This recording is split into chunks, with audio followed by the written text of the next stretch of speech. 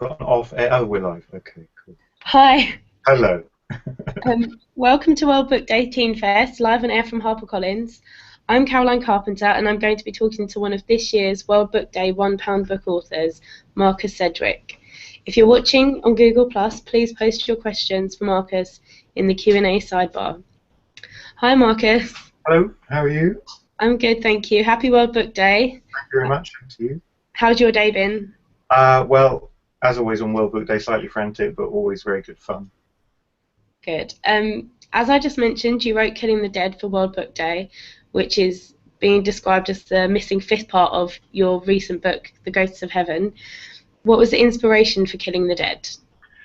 Well, when I was getting the ideas together for Ghosts of Heaven, I wanted to write a book. It's actually, if people don't know it, it's a kind of novel that's composed of four shorter stories, four novellas effectively, and they all kind of link together in a very subtle way. But I wanted that to be only four stories, and yet I found actually I had five different ideas knocking around in my head, so I had to decide to leave one of them out.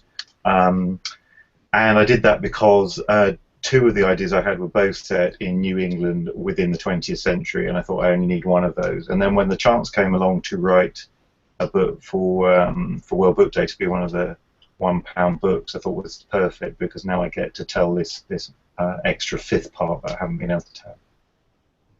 And what made you choose to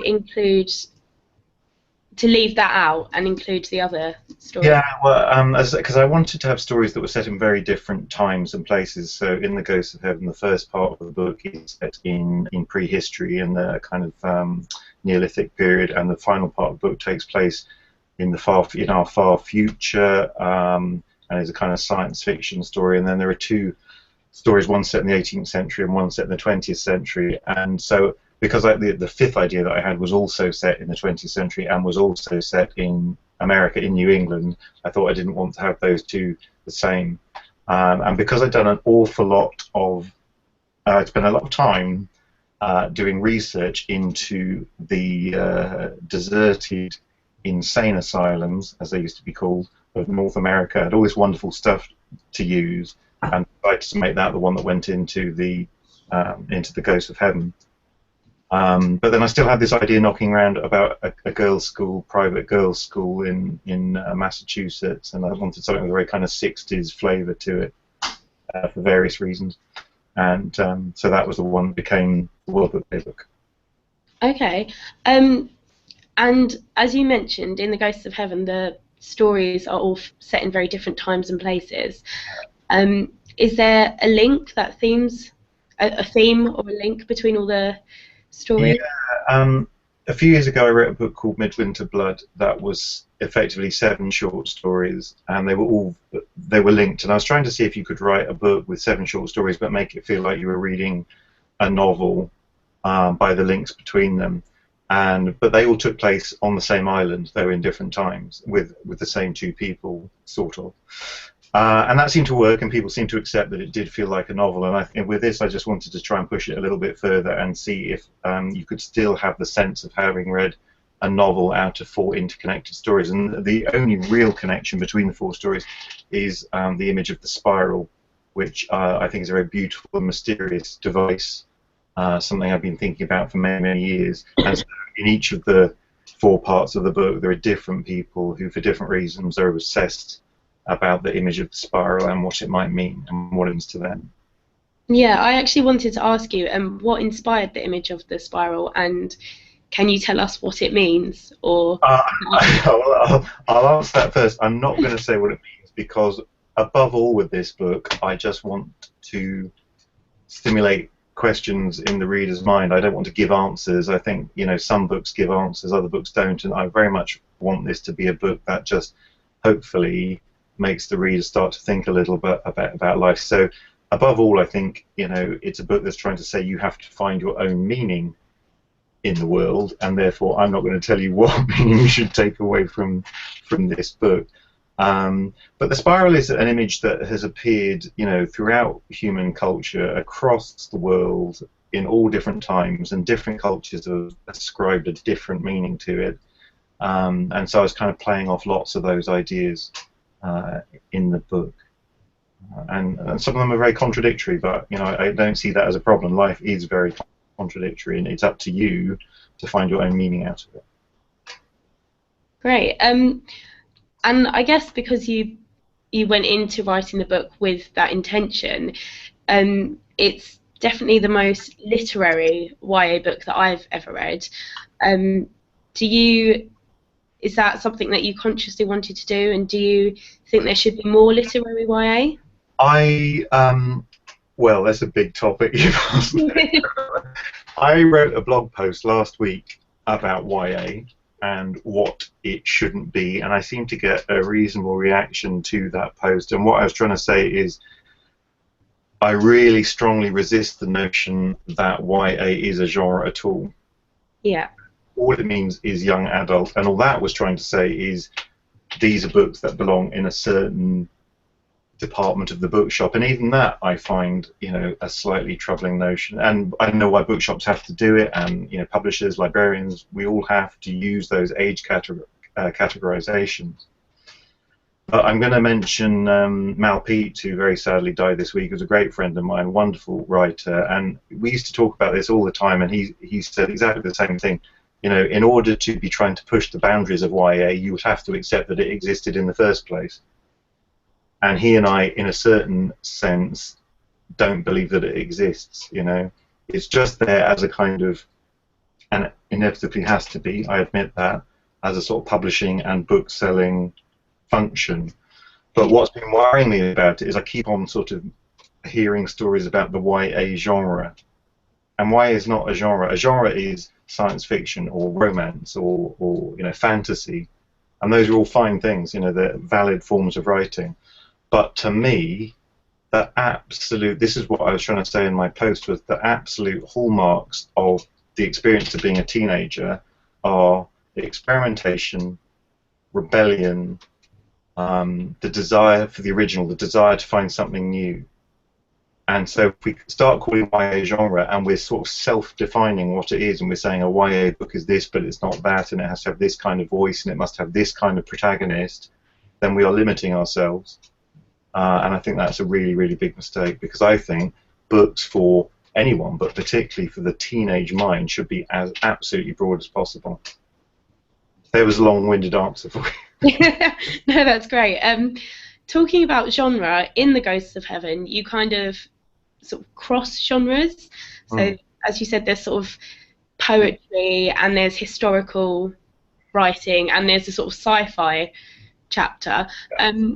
Is there any genre or setting that you haven't written about yet that you want to write about? Oh, God, that's a good question. I don't know, actually. Yeah, you're right, that book. I thought a bit the same with Midwinter Blood and with this book. I thought if you're going to write a book that is composed of multiple parts, then it seems only fun and exciting to explore the different things it could be. It is my desire, this might surprise some people, it is my desire to write a funny book. And I have written some books, a series of books I wrote for younger readers that, well, I call them funny. They have my idea of bad sense of humour in them. But I just mean to actually write an out-and-out comedy. Okay, that should be interesting. Yeah. I actually think writing comedy is the hardest thing to do. I think that's why there isn't so much of it. I think that it's why it's rare that you come across a really good funny film or funny book. I think it is the hardest thing to do well. Yeah, I've heard that too. So talking about YA,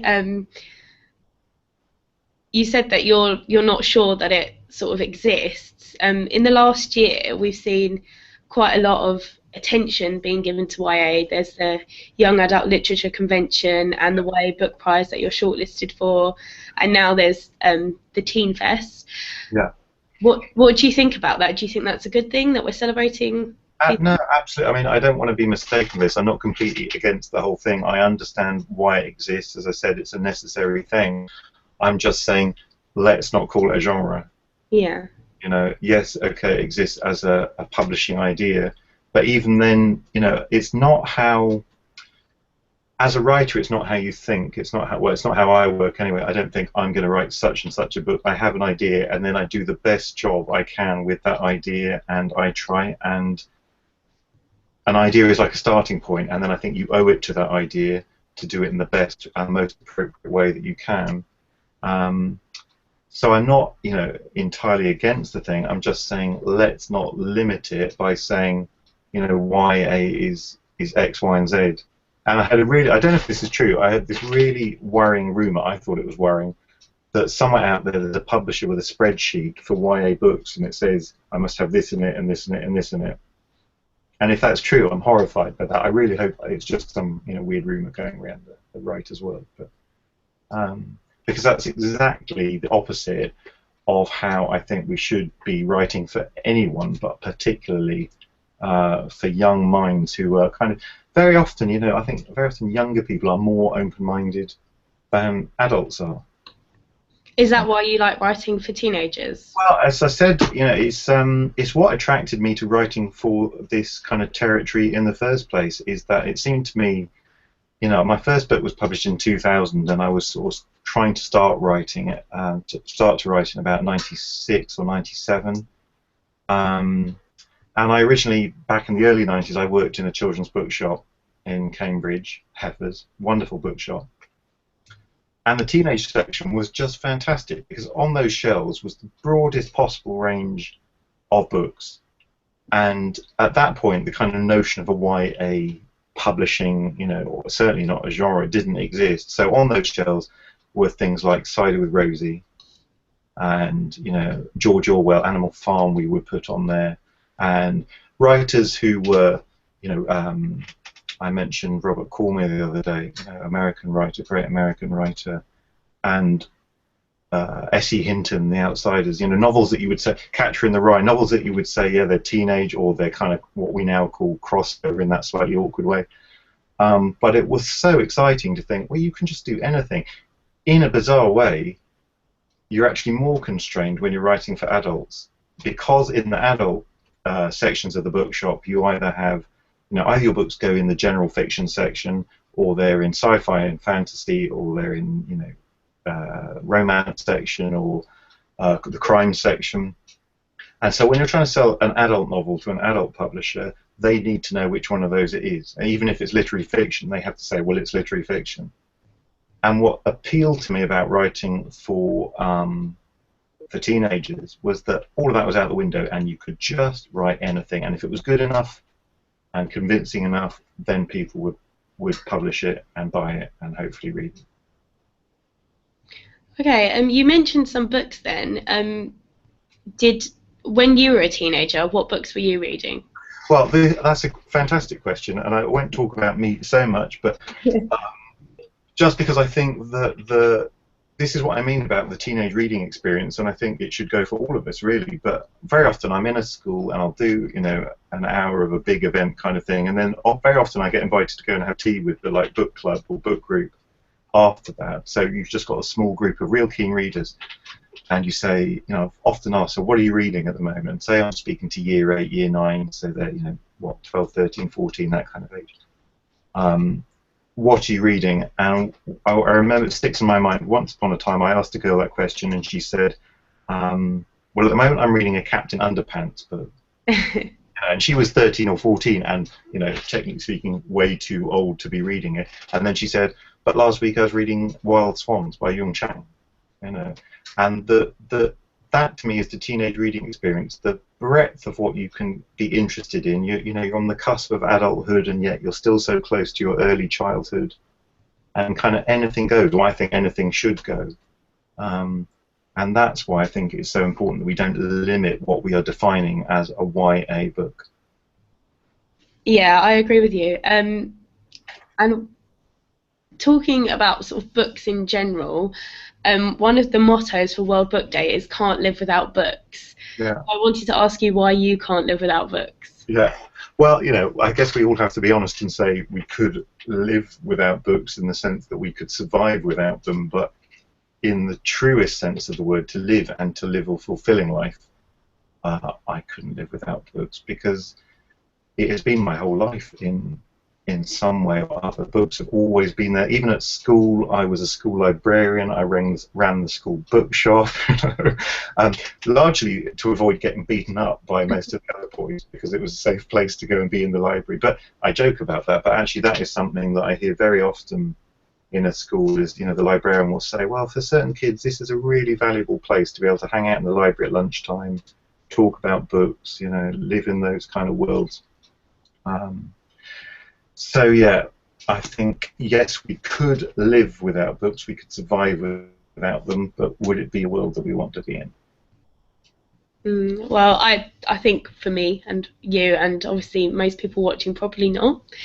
Um, and I think we're nearly coming to the end, but I just wanted to ask you something about Ghosts of Heaven. There are the 4 sections, and you've said that they can be read in any order. Yeah. I wanted to know, what order did you write them in? I wrote them in the order in which they appear in the final printed book, and there are, in effect, 24 different possible orders for these 4 stories. There are 2 orders that I think are the most important, and one of them is the order that is in the book.